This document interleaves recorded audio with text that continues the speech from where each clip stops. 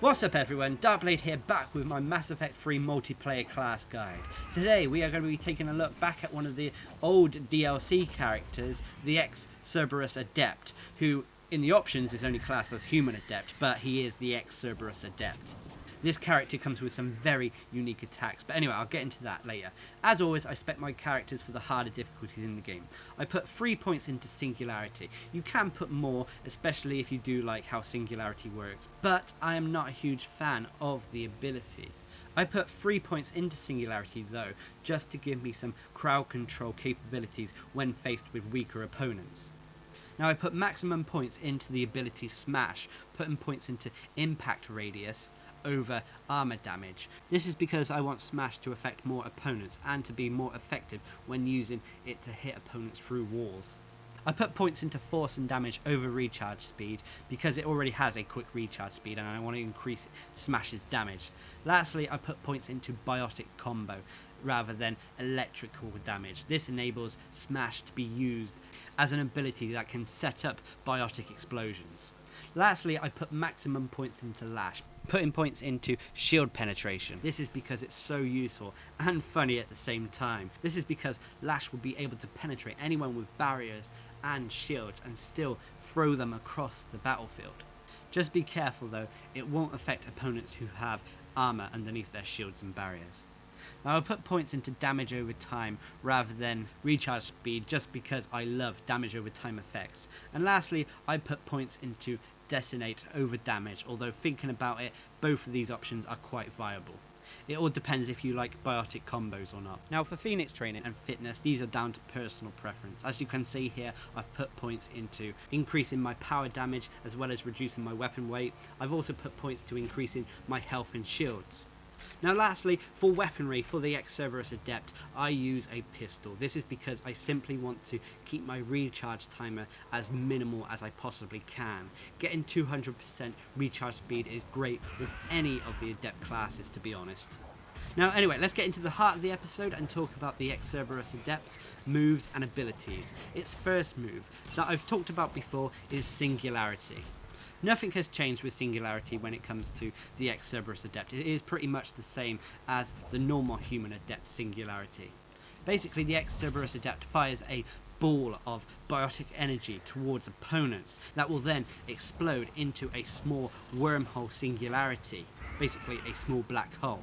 Anyone caught in the radius of this Singularity will float in the air helplessly unless they have some form of protection, like for example barriers, shields or armor. Now, anyone who's caught in the Singularity or nearby it will take a constant amount of damage. It's not loads and it can be augmented depending where you put your points in the Singularity tree. Now the best thing I like about Singularity is that it can be used to crowd control. It takes weaker opponents completely out of the fight. They're unable to attack or pretty much do anything. Singularity can also be used to set up biotic explosion combos. Unfortunately, this is only for opponents who are actually lifted by the Singularity. This can then be activated by the Ex-Cerberus Adept's other abilities, Smash and Lash. Now you may find yourself not using Singularity as much on the harder difficulties and in the later waves because more and more opponents will have protection against the lifting effect of Singularity. Now you can try to eliminate opponents' shields, as long as they're not wearing armor of course afterwards, to try to compensate for this, but I find Singularity less and less useful the harder things get. Anyway, let's move on and talk about the Ex-Cerberus Adept's second ability, which is a unique ability to the Ex-Cerberus classes, which is Smash. Basically, the Ex-Cerberus Adept spawns these whips of biotic energy from his wrists, which he will then swing around his head and smash them into opponents, dealing a lot of damage. The effect of Smash can affect multiple opponents, and like you saw when I told you what spec I actually use for the Ex-Cerberus Adept, can be augmented to affect more opponents. You can also use it to activate biotic and tech combos. This can also be augmented too to set up biotic explosions. Unfortunately, you can't set them off with Smash again, so you have to basically use Smash and then follow up with another move, in the Ex-Cerberus Adept's case, Lash, to activate these biotic explosions.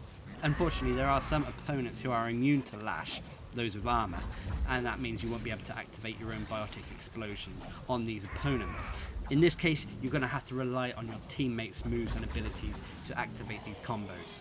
Now, the best aspect about Smash, in my opinion, is that it can be used through walls and objects. This means that you can remain out of line of sight of opponents, keeping yourself in relative safety. You should really try to take advantage of this factor when using the Smash ability, when using this character, if you want to get the most out of him. Anyway, there are some downsides to Smash, unfortunately. The first is that it is quite short range, so you have to be fairly close to opponents when you want to damage them with Smash. The second downside is that it has a bit of a wind-up animation. This means you're left vulnerable when you cast Smash. So just be wary of these two factors when you're using the ability Smash.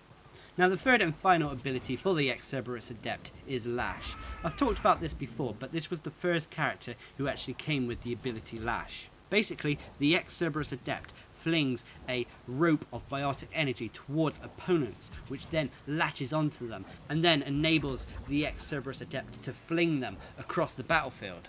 The ability does direct damage itself, but it also enables you to pretty much take out of the action opponents for a short time, if not permanently, depending if the move kills them. The move has a chance to fling opponents off the map too, which will get you an insta-kill. Now, if you put points into shield penetration as well, this greatly increases the effectiveness of Lash. This basically means that you can affect opponents who have shields and barriers. Unfortunately, Lash doesn't really have any effect on opponents who have armor. So basically, if you hit an armored opponent with Lash, you won't be able to fling them across the map or anything like that. You'll do a little bit of damage, but not loads. Now, Lash can be used to both set up and activate biotic combos. Basically, people who are affected by the gravitational pull of Lash, basically opponents who have been flung across the map thanks to it, are primed and set up for a biotic explosion. This can be then set off with any other biotic ability. Now, in the case of the Ex-Cerberus Adept, it can be set off with the ability Smash. Lash can also be used to activate biotic combos set up by different abilities. But unfortunately, Lash needs to actually affect the opponent in order for the combo to activate. Anyway, let's move on and talk about the Ex-Cerberus Adept's passive abilities. Now, I always say these are down to personal preference. For me personally, in Phoenix training, I put points into increasing the power damage the Ex-Cerberus Adept can do, as well as trying to reduce the weight of my weaponry. Having light weapons is always good with any biotic-based characters, in my opinion. Now, as for fitness, I put points into health and shields, or in this case barrier, as it's a biotic-based character.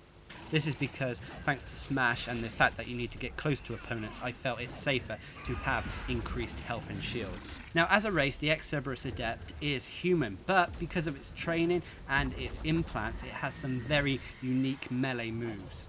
Its basic melee attack is with a Truncheon type weapon, which is electrically charged. It does quite a bit of damage, but it's very slow to use. Whilst its heavy melee attack is a slashing attack with the whips that the Ex-Cerberus Adept would normally use for the Smash ability. This actually works really well in unison with Smash. For example, if you use Smash and then follow up with the heavy melee attack, it means that the cooldown for Smash should have finished by now, and then you can use it again. Rinse and repeat, and you will be dishing out a lot of damage. Just be sure that you are in a safe location when trying to use this combination, as it will leave you vulnerable and you might take damage needlessly.